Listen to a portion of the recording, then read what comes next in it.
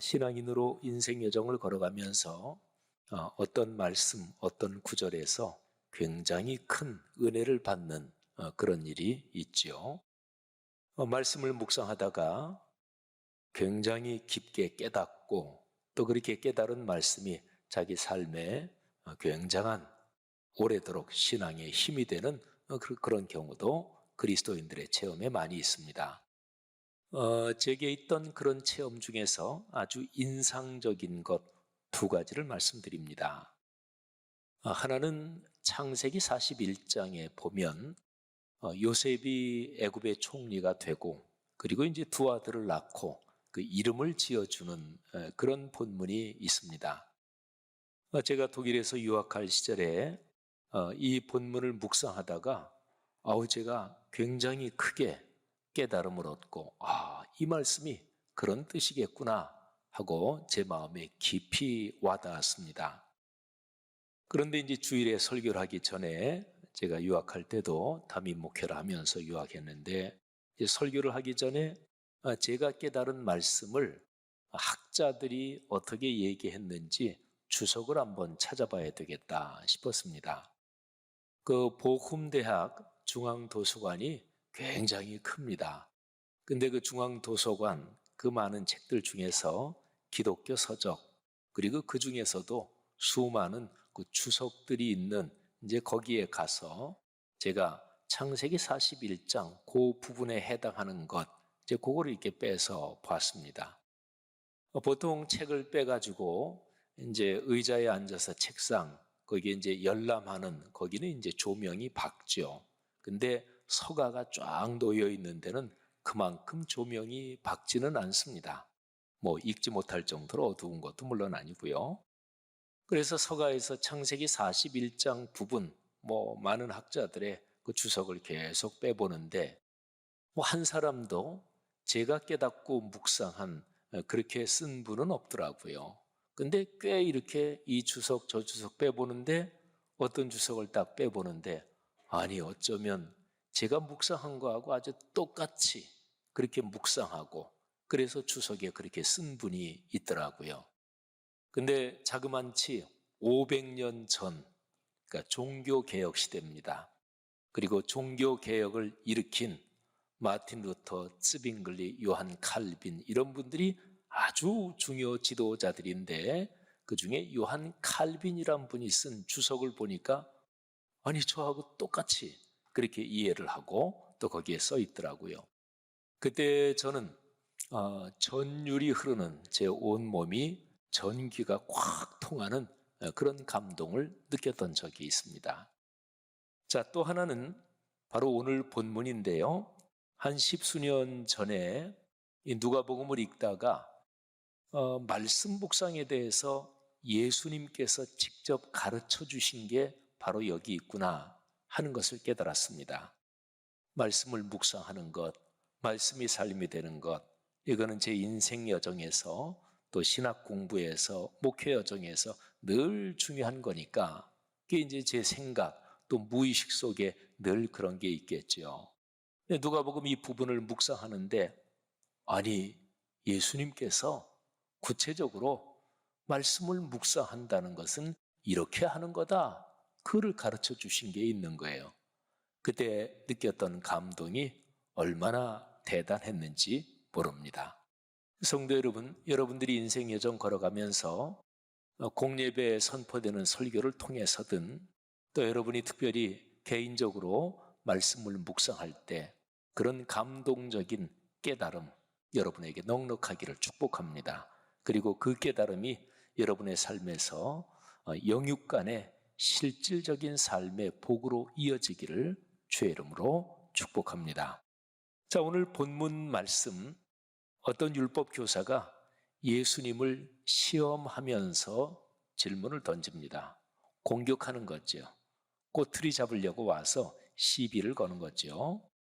그런데 25절부터 37절 이 전체 본문이 두 덩어리로 나누어집니다. 그런데 이 두 덩어리가 구조가 똑같아요. 자, 그 구조를 말씀드리겠습니다. 이 본문에서 율법 교사와 예수님이 서로 대화하는데 다음에 4단계로 진행이 됩니다. 자, 첫 번째는 율법 교사가 질문을 던지고요. 이 질문에 대해서 예수님이 바로 답을 하지 않으십니다. 도리어 예수님은 거꾸로 역으로 또 질문을 던지십니다. 그리고 율법 교사가 예수님의 역질문에 대해서 대답을 하니까 대답이 끝나자마자 예수님이 그러면 이렇게 살아라, 이렇게 이제 가르침을 주십니다. 저 네 구조 잘 생각해 보세요. 두 덩어리가 똑같이 저 구조로 진행이 됩니다. 자, 먼저 첫 번째 덩어리를 볼까요? 25절부터 28절인데요. 자, 첫 번째 율법학자의 질문입니다. 자, 예수님을 시험하는 거예요. 선생님, 내가 무엇을 해야 영생을 얻을 수 있겠습니까? 율법 교사는 전문가입니다. 그리고 율법의 선생답게 성경 전체에서 제일 중요한 주제 하나를 딱 짚어냅니다. 여러분, 이건 결코 쉽지 않은 것입니다. 제가 독일에서 학위 받고 들어와서 그때 당시에 이제 한국 도자기 대표이신 어느 권사님을 만났습니다. 그런데 그 이 권사님께서 같이 이제 차 마시면서 얘기하면서 저한테 그러는 거예요. 아유, 지 목사님, 독일에서 경건주의라는 거를 전공하셨다는 말씀을 들었는데, 아니, 경건주의가 좀 간단하게 좀 한마디로 얘기하면 뭐예요? 이렇게 물으시더라고요. 제가 그때 요즘 쓰는 표현으로 말하면 급 당황을 했어요. 아유, 이걸 한마디로 어떻게 설명하지? 그 쉬운 거 아니죠? 그런데 이 율법학자는 제일 중요한 거, 영생의 문제를 딱 집어서 예수님께 질문합니다. 자, 예수님은 바로 대답하지 않으십니다. 오히려 예수님은 율법학자에게 도로 질문을 던지십니다. 역질문이죠. 26절 보세요. 율법에 무엇이라 기록되었느냐? 네가 전문가 아니냐? 네가 어떻게 읽느냐? 하고서 역질문을 던지셨어요. 역질문에 대해서 율법학자가 이렇게 대답합니다. 뭐 거침없이 대답하는 거예요. 27절 아주 중요한 말씀이에요. 율법학자의 대답이지만 이거는 성경 내용 정확하게 잘 파악한 거예요. 자, 같이 한번 읽겠습니다. 대답하여 이르되 내 마음을 다하며 목숨을 다하며 힘을 다하며 뜻을 다하여 주 너희 하나님을 사랑하고 또한 내 이웃을 내 자신같이 사랑하라 하였나이다. 아멘. 여러분, 이거는 예수님도 이 대답이 아유, 어쩜 그렇게 정확하냐? 맞다. 인정하신 대답인데, 먼저 여러분과 저 우리의 삶에서 이 성경 말씀의 근원적인 뜻, 하나님을 사랑하고 이웃을 사랑하는 이 일이 늘 사는 내내 이어지기를 주님의 이름으로 권면드립니다. 자, 이 대답을 듣자마자 예수님이 바로 가르침을 주십니다. 28절이에요. 내 대답이 옳도다. 이를 행하라. 그러면 살리라. 그러니까 예수님의 대답은 내가 정확하게 성경의 가르침, 성경 본문의 내용을 알고 있는데 이제 문제가 되는 것은 그대로 사는 거다. 자, 예수님이 이 율법 교사의 약점이랄까요? 율법 교사는 지금 예수님을 공격하러 온 거니까, 시비 걸러 온 거니까, 예수님한테 말씀 잘 배워서 내 삶이 변화되고 그렇게 살아야 되겠다, 이 마음 없을 거 아니겠어요? 그러니까 예수님이 그거를 정확하게 정곡을 꽉 찌르신 거예요. 너 올바르게 정확한 지식을 알고 있구나. 역시 전문가구나. 그런데 문제가 있다. 그대로 살아야 되는 거다. 자, 예수님의 이런 지적에 대해서 율법학자가 거기에서 꼬투리를 하나 잡아냅니다. 자, 그대로 살아라. 뭐 하나님 사랑, 이웃 사랑인데, 근데 율법학자가 꼬투리를 잡아낸 게 이웃 사랑에 대한 것이었습니다. 율법학자가 다시 또 질문을 던져요. 자, 이제 두 번째 덩어리가 시작되는 거죠. 29절입니다. 한번 보실까요? 그 사람이 자기를 옳게 보이려고, 근데 이 구절을 오해하면 안 됩니다. 예수님한테 잘 보이려고 이게 아니에요. 정반대예요. 자기를 정당화하려고, 자기를 합리화하려고 자기 논리를 내세우는 거예요. 그러면서 예수님께 묻습니다. 좋습니다.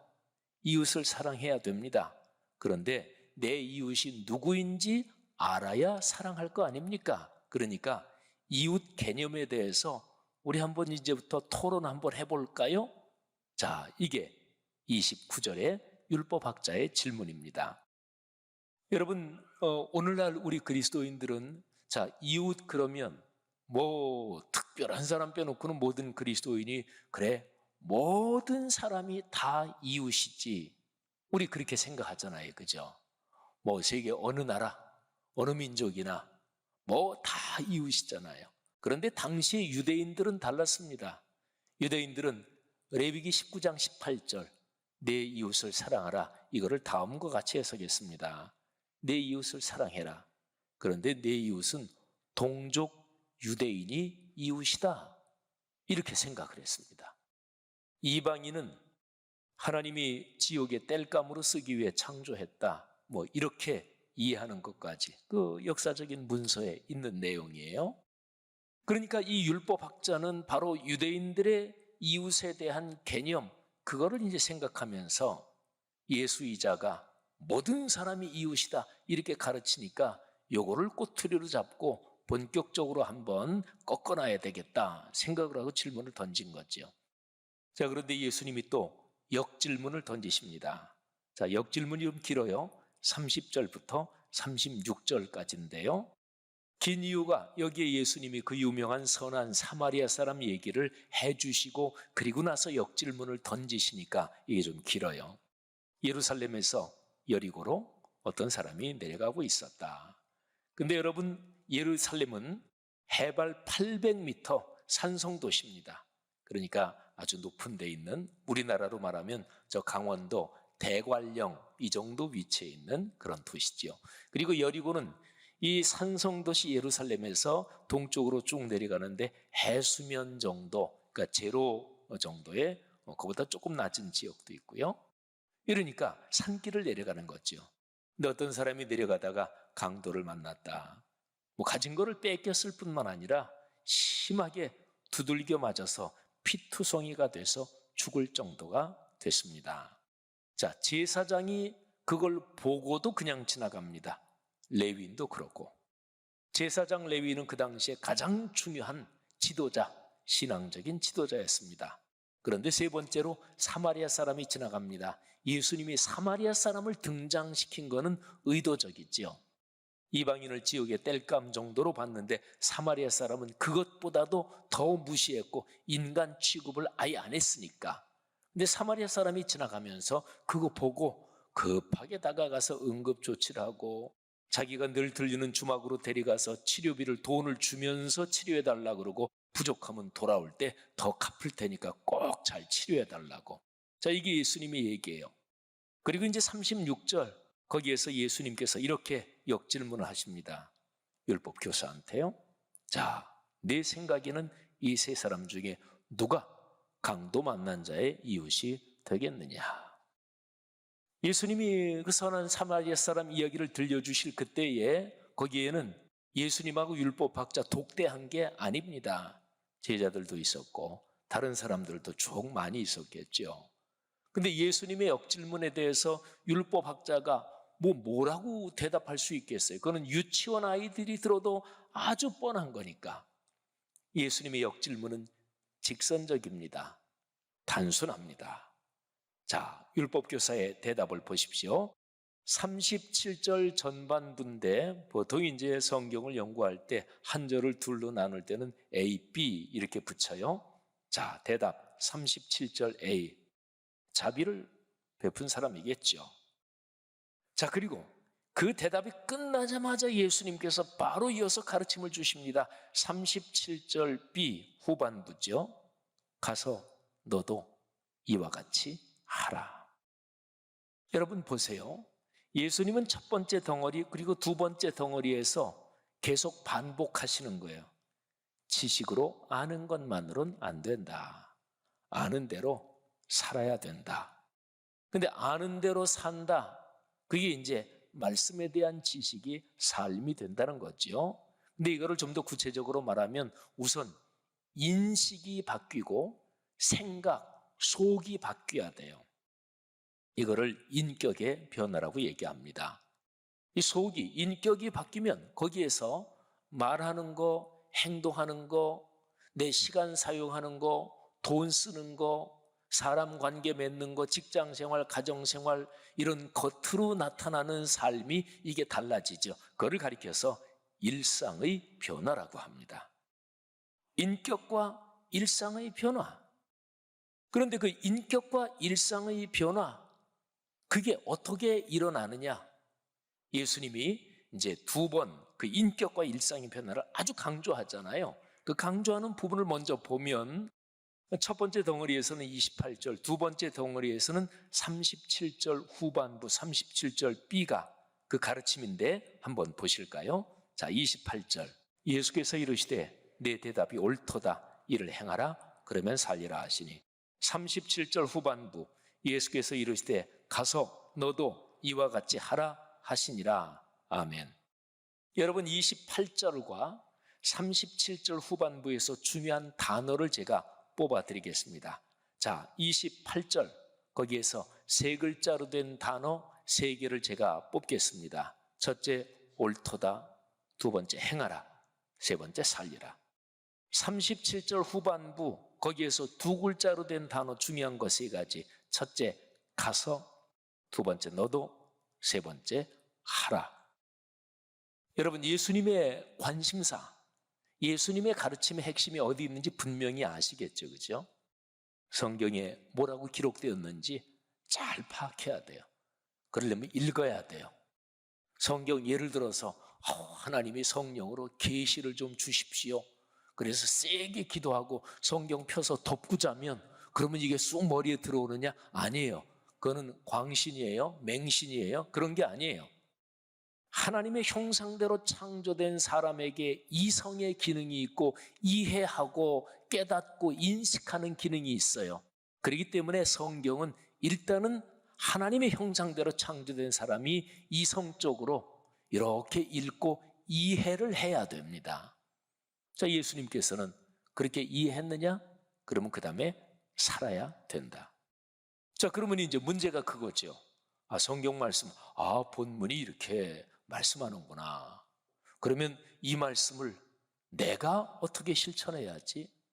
내 삶, 내 생활하고는 어떻게 연결되지? 이게 중요하잖아요. 근데 예수님께서 이 연결되는 그 방법을 말씀해 주세요. 이게 예수님의 첫 번째 역질문에 명확하게 기록이 되어 있습니다. 자, 제 오늘 설교에서 아주 중요한 말씀인데요. 자, 한번 보시겠습니다. 예수께서 이르시되 율법에 무엇이라 기록되었으며 그리고 내가 어떻게 읽느냐. 예수님의 첫 번째 역질문은 두 가지를 담고 있어요. 첫째는 성경에 율법에 뭐라고 기록되었는지 당신이 선생이니까 잘 알 거 아니냐. 그걸 좀 한번 얘기해봐라.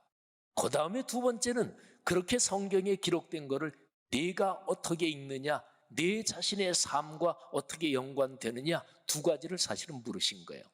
그런데 율법학자는 둘 중에서 첫 번째만 대답하죠. 하나님 사랑, 이웃 사랑. 그리고 두 번째 질문은 사실은 대답 안 하고 그냥 넘어갑니다. 그러니까 예수님이 네가 살아야 된다, 이렇게 확 찌르시는 거죠. 예로 하나 들어서 이 구절을 설명을 해드리겠습니다. 어떤 신약 성경 에베소서를 전공해서 박사학위를 받은 어떤 박사님, 그리고 목사님이기도 한 그 사람이 신학교 교수인데, 근데 어떤 교회에 가정의 달에 강사로 초청돼서 설교를 했습니다. 이분이 에베소서 5장에 나와 있는 남편과 아내의 관계에 대해서 이렇게 저렇게 설명을 하고 열심히 설교를 했고, 그래서 성도들이 크게 은혜를 받았습니다. 집회 후에 어떤 집사님 네 분이 담임 목사님 네 분, 그리고 강사 목사님을 모시고 식사했습니다. 근데 특별히 그 집사님 네 분 중에서 남편 집사님이 은혜를 크게 받았습니다. 요즘 한참 열심히 신앙생활 하고 있는 분입니다. 근데 그 남편 집사님이 식사를 하면서 강사 목사님 그 교수님한테 이렇게 물었어요. 아이, 목사님, 참 오늘 특별히 은혜를 많이 받았습니다. 그리고 저도 요즘 신앙생활 열심히 해야 되겠다 생각을 하고 제 아내한테도 성경적으로 좀 잘하고 이런 생각 가지고 있는데, 근데 교수님, 우리 남자들한테 자존심이 있지 않습니까? 그래서 이런 경우는 저는 이게 잘 안 되던데 하면서 예를 들면서 교수님은 어떻게 하십니까? 하고 물어봤어요. 그런데 교수님이 요즘 하는 말로 급 당황을 했습니다. 왜냐하면 최근에 사모님하고 아주 크게 싸워서 뭐 이혼하느니 어쩌느니, 뭐 진짜는 아니겠지만 하여튼 화가 나면 그런 얘기 나올 수도 있잖아요. 그 상태로 지금 있기 때문에 아주 굉장히 당황을 했습니다. 제가 구성한 얘기지만 현실적으로 얼마든지 있을 수 있는 얘기죠. 에베소서를 전공해서 신약학 박사학위를 받은 신약학자요 교수님이요 목사님인 그 사람한테 에베소서 본문을 가지고 한 30분, 40분 또는 한 50분, 1시간 집회 설교하는 거 하고 그 설교한 내용대로 자신이 부부지간의 생활에서 그렇게 사는 거 하고 둘 중에서 어떤 게 더 쉽고 어려울까요? 뻔하죠. 쉬운 거는 설교하는 게 더 쉬워요. 그렇게 사는 게 더 어렵습니다.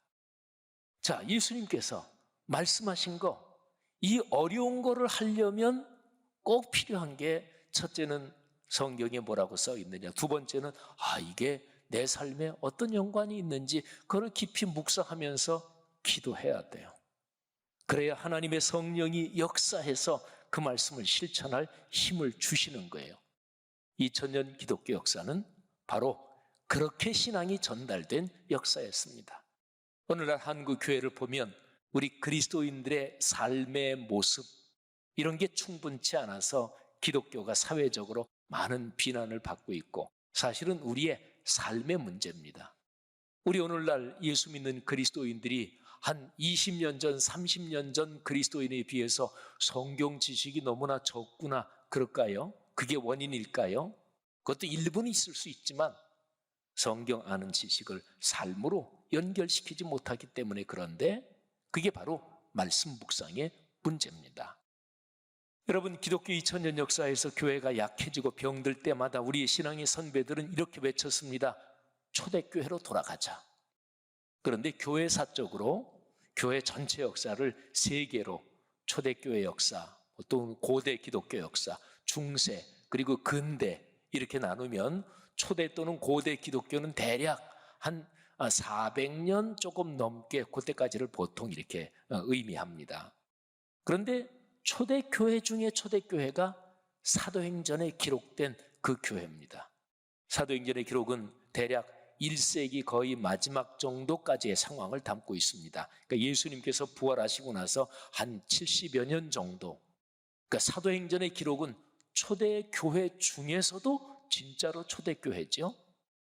자, 그런데 사도행전에서 아주 중요한 구절 세 가지를 말씀드립니다. 사도행전 전체를 설악산 또는 저 유럽의 알프스 산지로 이렇게 본다면 거기에 아주 높은 봉우리 세 개가 우뚝 서 있습니다. 자, 첫 번째 봉우리 6장 7절, 우리 교회 항구적 성경 중심 구절. 하나님의 말씀이 점점 왕성하여 예루살렘에 있는 제자의 수가 더 심히 많아지고 허다한 제사장의 무리도 이 도에 복종하니라. 예루살렘 교회가 최고로 부흥한 모습. 두 번째 봉우리 12장 24절, 하나님의 말씀은 흥왕하여 더하더라. 이거는 이스라엘 전체 교회가 최고로 부흥한 모습.